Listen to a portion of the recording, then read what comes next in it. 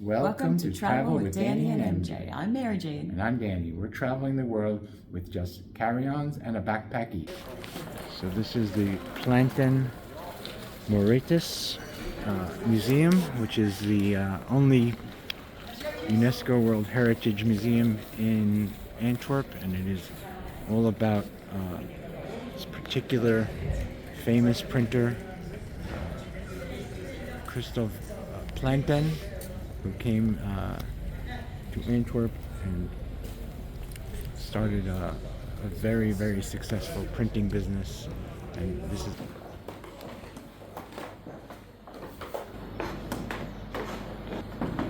we're in the Plantin-Moretus Museum in Antwerp. It is famous for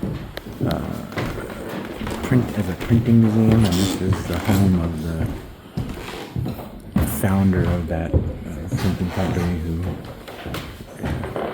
famously printed a Bible with 5 different languages on each page of the Bible, commissioned by the King of Spain.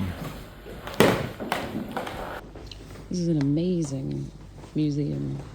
We just read that they keep it very dark because of all the preservation needed for paper and ink. Now this must have been part of their living quarters. Beautiful. Lots of paintings, none of these are Rubens, but there's Rubens all around the house.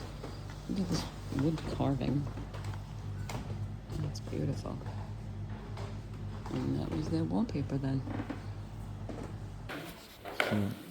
So the founder of this printing company was a man named Plantin, and then it was inherited by his daughter and son-in-law, Moretus, who continued the business and created this museum. So just like nowadays, a printer had to kind of diversify his work. He made maps, he made globes, his daughters had a business and made lace. He had to pay off the Spanish army. He had to deal with people not paying their bills. So, see, things don't change. We had to fill the whole table. The reason was the standard paper was a folio. That was the standard paper. I'm going on the other side of the paper. Ink had to dry overnight. Pages 2 and 3. And then you fold it at 1, 2, 3, 4. Okay. Yeah? But first the ink is onto this. Very simple construct. Wooden handle, horsehair, and leather. Expensive in operation. The reason is the leather was worn out, wear and tear in 1 week. This is the garden courtyard within the printing museum. This is where the proofreaders worked, and they were scholars because they had to know many languages. And somebody would read the text, and somebody would make notes. Very interesting. There was no spell check in those days. So in this room is all of the different alphabets, printing sets for different languages and different fonts, and Plantin owned many, many of these. This is the actual printing room. Here's all the letters. And here's all the actual printing presses. Wow.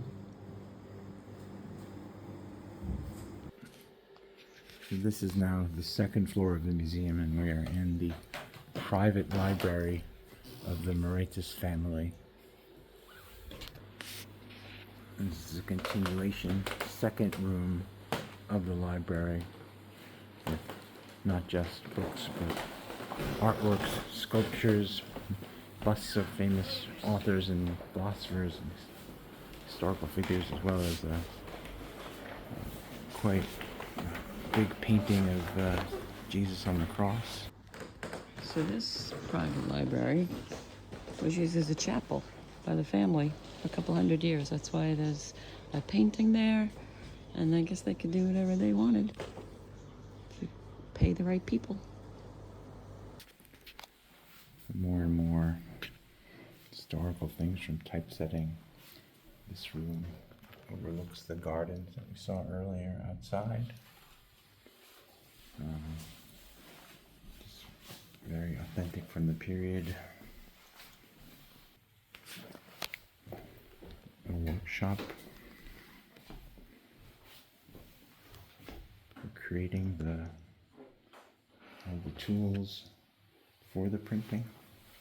Almanacs and calendars. In Plantin's time, almanacs were used to mark important dates, but also to impart knowledge. What is the best time to sow vegetables? How do you perform bloodletting? They contain forecasts as well, about floods, wars, solar eclipses caused by locusts. Often, doctors of medicine are the compilers of such almanacs.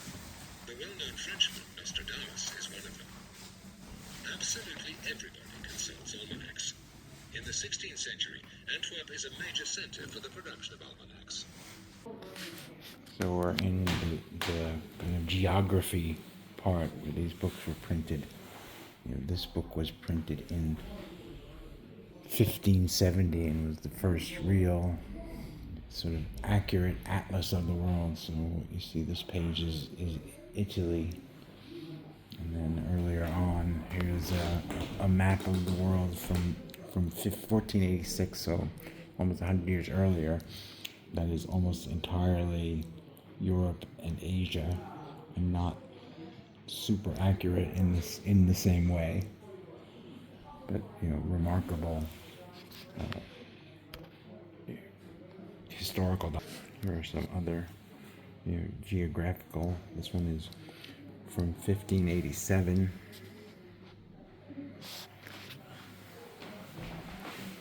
Very kind of small book from 1588.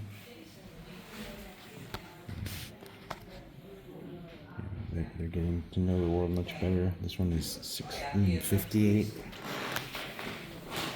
and 1584. In this section, we're seeing books on biology from the 16th century, and also on botany this is from 1601, so the very beginning of the 17th century. This is from 1559, so again, 16th century. This room is full of kind of official governmental announcements, laws, and they were very connected to the king of very squeaky floors. The king of England, Philip II, and all kinds of different things about during the Reformation, kind of trying to reconcile Catholics and Calvinists. So you lose track of how old everything actually is. You just get used to hearing 16th century, 17th century. So, Mr. Plantin, he died in 1589. And he had his business before that, and then it stayed in the Moretus family for generations. You look at the years on these things. 1645. It's unbelievable. So one of the more profitable endeavors that the Plantin and his descendants could have is religious printing, Bibles, prayer books, hymnals, so all kinds of religious papers. He was a devout Catholic. He said he served the King of Spain while they ruled over this part of the world, over the Netherlands and Dutch Belgium.